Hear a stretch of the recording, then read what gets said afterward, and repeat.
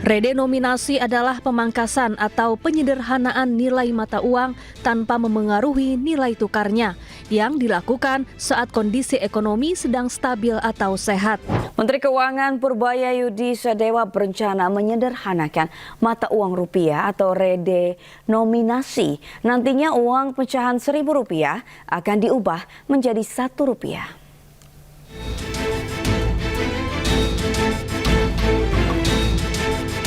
Menteri Keuangan Purbayayudi Sadewa berencana menyederhanakan mata uang rupiah atau yang dikenal dengan kebijakan mengubah Rp1.000 menjadi Rp1. Rencana ini tertuang dalam Peraturan Menteri Keuangan tentang Rencana Strategis Kementerian Keuangan tahun 2025-2029. Kini pemerintah tengah menyiapkan rancangan undang-undang tentang perubahan harga rupiah atau redenominasi. Aturan itu ditargetkan rampung pada tahun 2027 mendatang.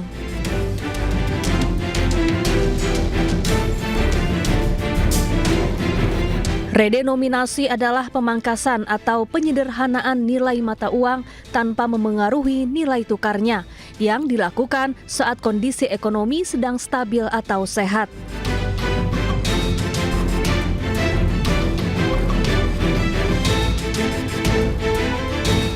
Contohnya, uang pecahan Rp1.000 diubah menjadi Rp1.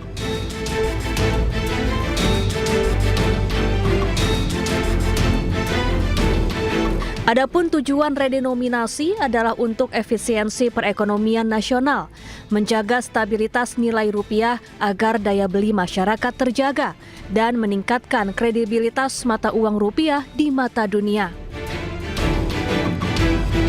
Rencana redenominasi rupiah sebetulnya telah lama bergulir sejak 2013 lalu. Rencananya 3 angka 0 dalam mata uang rupiah akan dihilangkan.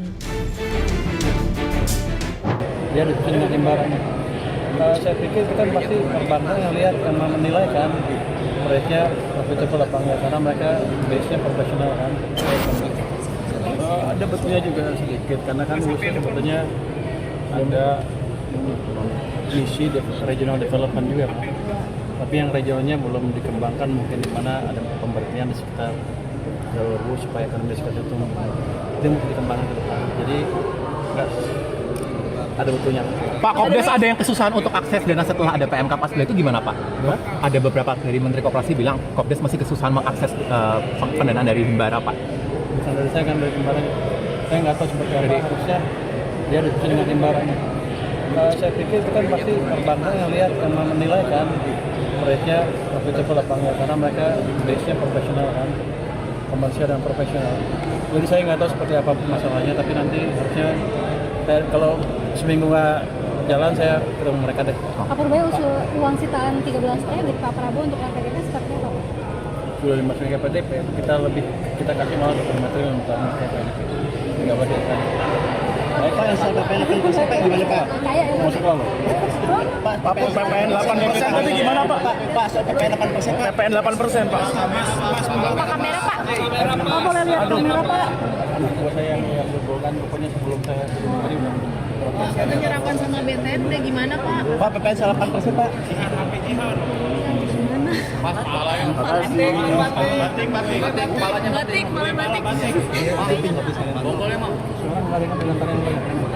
Oke, makasih ya. Ada betulnya juga sedikit karena kan sebetulnya ada misi regional development juga kan.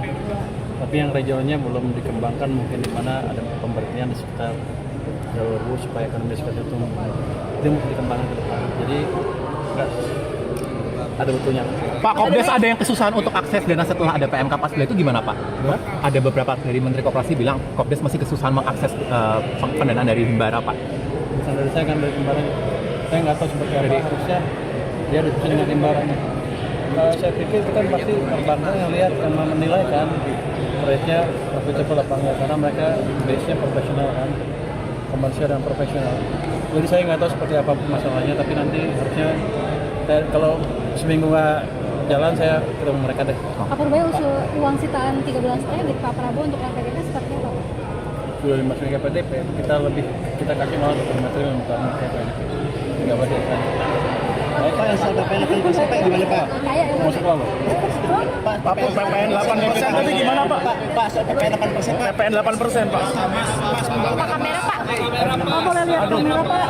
Anak buah saya yang berbohongan, pokoknya sebelum saya hari udah Penyerapan sama BTN udah gimana Pak? Pak, PPN 8% Pak.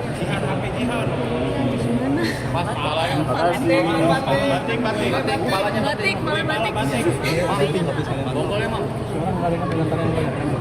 Oke, makasih ya. Pak, PPN 8% Pak. Ini mah nggak ada isinya. Nggak ada isinya yang kecil. Jadi Cortex itu ada beberapa layer rupanya yang bisa kita perbaiki ya. Untuk software yang bisa dikendalikan langsung oleh tenaga dari Indonesia, kita sudah perbaiki. Cuman ternyata masih ada bagian-bagian yang terikat kontrak dengan pihak LG, di mana kita belum dikasih akses ke sana karena mereka masih ngerjakan itu. Itu baru Desember baru dikasih kita yang itu ya. Tapi yang bisa di tangan kita sudah kita perbaiki semaksimal mungkin. Kelihatannya sudah semakin cepat sekarang Cortex-nya, walaupun masih ada kesalahan sedikit di sana sini. Jadi kasuistik sekali kesalahannya, bukan general kata teman-teman saya sih yang di Cortex. Tapi tadi saya suruh cek teman saya di luar, dalam 5 menit, dalam 10 menit lah, dia bisa nemuin kesalahan di mana ada error, artinya masih belum sempurna. Tapi kalau kita lihat Maria ini,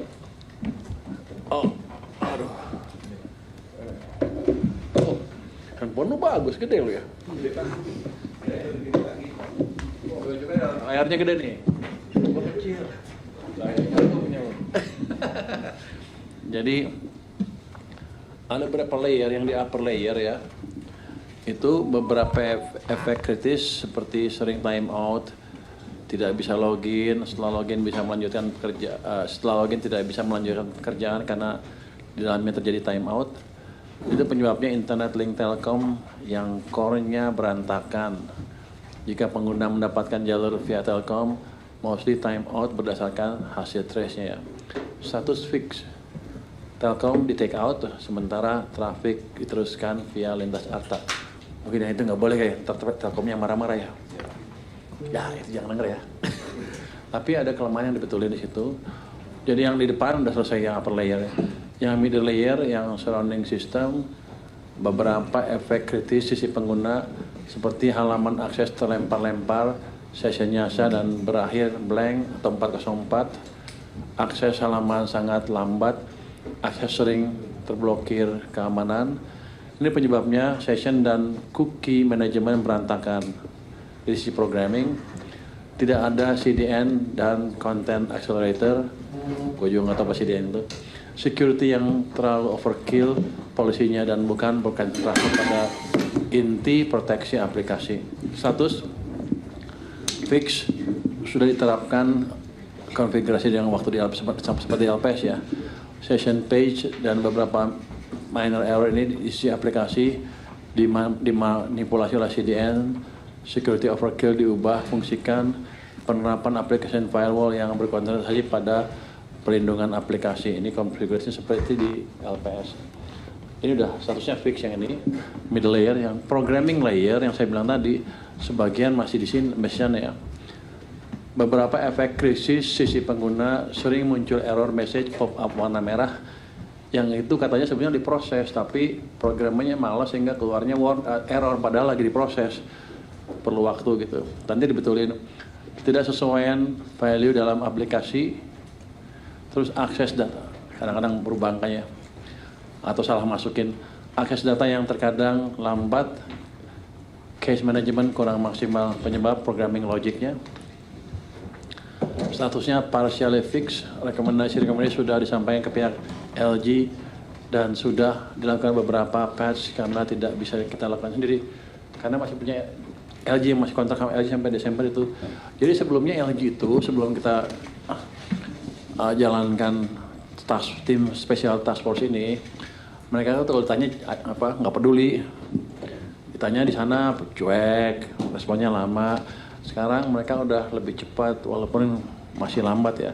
Tapi mereka udah ngirim orang ke sini kalau nggak salah, dan digayat oleh orang-orang kita apa yang perlu diperlukan dan gimana betulnya diajarin juga tuh. Jadi orang sana nggak pintar-pintar amat supaya jadi